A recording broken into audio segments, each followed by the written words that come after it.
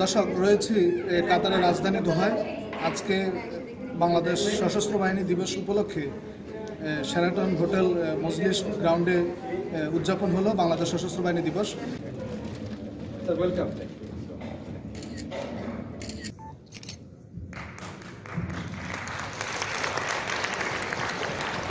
আমাদের সশস্ত্র বাহিনীর যে দক্ষতা, এই সমস্ত কিছুই এরকম অনুষ্ঠানের মাধ্যমে আমরা কাতারে, শুধুমাত্র কাতারিদের না, আপনারা দেখেছেন যে আরও অনেক দেশের রাষ্ট্রদূত এবং অন্যান্য ডিপ্লোম্যাটরা যারা ছিলেন সবার কাছেই তুলে ধরতে পেরেছি।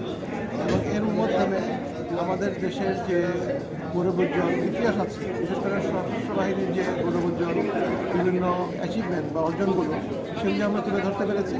বিভিন্ন দেশের মাননীয় রাষ্ট্রদূত মহোদয়দের, বিভিন্ন দেশের সামরিক প্রতিষ্ঠাগণ এবং সর্বোপরি কাতার সশস্ত্র বাহিনীর অনেক অফিসার এখানে এসছেন এবং তারা আমাদের বাংলাদেশ সশস্ত্র বাহিনীর বিভিন্ন কার্যক্রম, আমাদের বিভিন্ন প্রাপ্তি, বিভিন্ন গৌরবের কথা শুনেছেন এবং তাদের ভিডিও দেখেছেন। আমার বিশ্বাস যে এই সমস্ত মৌলিক কথা এবং ভিডিও দেখে তারা আমাদের বাংলাদেশ সশস্ত্র বাহিনী সম্পর্কে একটা উচ্চ ধারণা পোষণ করতেন।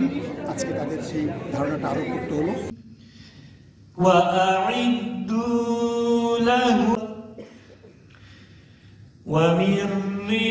এই ধরনের ইভেন্টসের মাধ্যমে বাংলাদেশের ভাবমূর্তি আরও উজ্জ্বল হবে এবং বিভিন্ন দেশ সমূহের সাথে আমাদের অন্তর্বর্তীকালীন গভর্নমেন্টের রিলেশন আরও বেশি স্ট্রং হবে।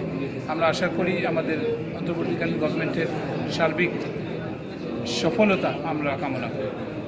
আমাদের বাংলাদেশের সাথে রিলেশনটা আরও বেশি স্ট্রং হয়ে এগিয়ে যাওয়া, এবং এটা আমাদের দেশের জন্য খুব ভালো একটা সুফল বয়ে নিয়ে আসবে।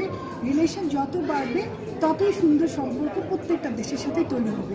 আমি তাই মনে করি যে এই যে সশস্ত্র বাহিনী যে প্রোগ্রামটা করছে, এটা প্রত্যেক বছর এভাবে করে এই মিলন মেলাটা তৈরি করা উচিত।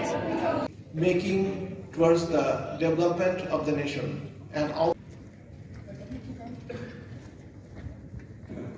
আজকে এই প্রোগ্রামে বিভিন্ন দেশের রাষ্ট্রদূত ছিল, বিভিন্ন দেশের বিভিন্ন ধরনের কমিউনিকেশনের লোক ছিল। আশা করি এই প্রোগ্রামের মাধ্যমে বিশ্বের মধ্যে আরও আমাদের পরিচিতি বাড়বে এবং একটা বন্ধুত্ব স্থাপন করবে। বাংলাদেশ কাতার দূতালয় যে প্রোগ্রামটি সম্পন্ন করেছেন, এটা আসলে অত্যন্ত ভালো লেগেছে এবং এটা আনন্দেরও, কারণ এখানে বিভিন্ন দেশের কূটনীতিকেরা উপস্থিত ছিলেন, বিভিন্ন সংস্থার প্রধানেরা উপস্থিত ছিলেন।